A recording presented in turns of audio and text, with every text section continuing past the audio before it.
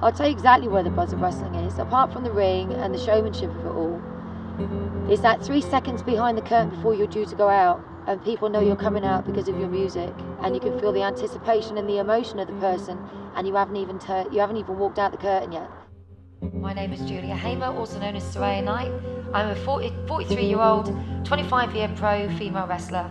Travelled around the country, own my own company, and all my kids wrestle.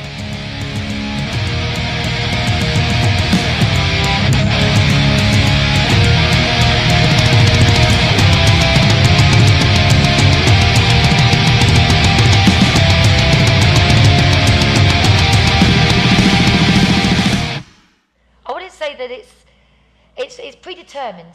It's probably the best way to do it. I've not broken every bone in my body and broken back and neck and been blinded through a business that is fake.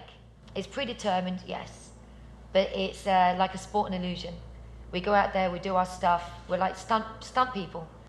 So to say that it's fake is rather harsh, and I'll stand by the fact and say it's not fake, it's not fake. Predetermined sport and illusionist, that's what we are. She's a really good friend.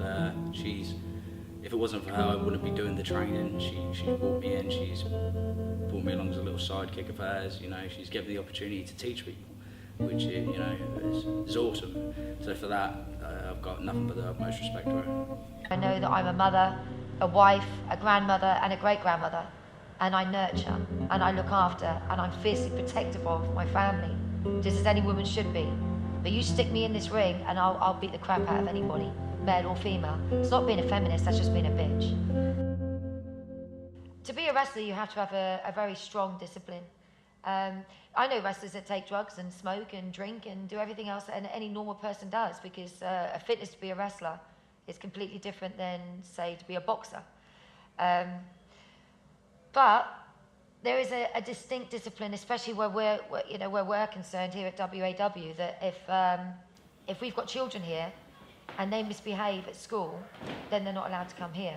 So we tend to instill the discipline. I mean, it hasn't done my children any harm. I mean, my children have been brought up as wrestlers. They were jumping off the top rope at 18 months old. And it's wrestling that's kept them off the streets, stopped them taking drugs, and given them a life. And just the risk of having that taken away is enough of a deterrent, I think. If we're going into injuries, it's probably what I haven't endured. Hands, wrists, elbows, shoulders. I've dislocated, broken, stretched, pulled, ripped, torn, every single part of my body. So it's probably easier to say that I've got 2 fingers on this hand, 2 fingers on this hand, 2 toes on that foot, 3 toes on that foot, and I haven't broken this part of my leg. That's it. I'm kind of held together with scar tissue, and I feel stronger now at 43 years old than I've ever felt in my life, and I believe it's the scar tissue that's holding me together. I'm definitely an athlete. I couldn't do what I'm doing if I wasn't sport orientated or fit enough to do the job. I mean, I'm 43 years old. I look at other 43-year-olds that are doing their ironing and doing their shit, and it's like I could not be what is someone like you. I've got bright red hair, I've got piercings, I've got tattoos. I travel the world, I do what I want to do, and everything is all expenses paid. So I'm not a normal 43-year-old woman. So as far as I'm concerned, I love my job. Wouldn't do anything different. It's no longer a male-dominated sport. It used to be, but not anymore. Now the women are just as good as the men, and there's some women that are better. Years ago, it was all about, you're showing people that violence against women is okay, and like domestic violence is cool. Shit. That's a load of bollocks. Nowadays, a woman can go and stand against a man as long as they're evenly matched and hold their own. So it's no longer a male-dominated sport. It's now just as good for the females. And there's a lot of us. A lot. There's there's loads of upsides to being a female wrestler, but there's obviously a downside too, which is we do get a lot of stalkers.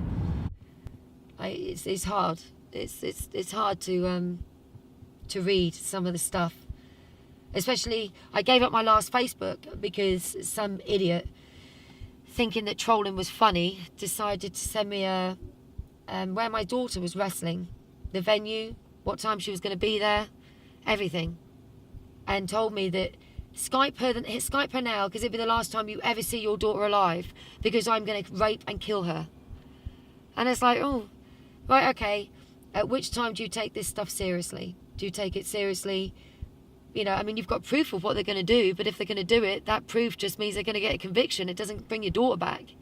You know, when they say that they're going to hunt my grandchildren down and they're going to do paedophilic things to my grandchildren, you know, and you've got to sit there and read this stuff by guys that are thinking that they are funny by trolling you. It's really difficult. And some days people come down to me, they'll wonder why I'm in a bad mood, or they'll wonder why I'm snappy or just not with it, and they don't realise that I've spent all night with some fucking idiot with my phone going non-stop telling me what he is going to do to my granddaughter, or what he's going to do to my daughter, or what they're going to do to me. You know, it actually sets your mood for the day, and a lot of people cop the bad shit because they don't understand what you have to deal with. So it's quite difficult. The character Soraya is a built-up mechanism to stop people taking advantage, because no one fucks with Soraya and I. Seriously, nobody does. And it's not, well, it is an egotistical thing. I will say that is an ego thing, because it's a character I built up for 25 years. And using my past as a characterization of a person is, I was lucky. And there's a lot of people that know about my past. They'll go, you think you're lucky? You serious? But without having going through what I've gone through, I wouldn't have her. And she's everything that up until the age of 18 I wish I was. So I'm not gonna lose her now that she's helped me survive, because it's the Soraya Knight character of me that's the survivor. Because you've got to remember, Julia is still broken.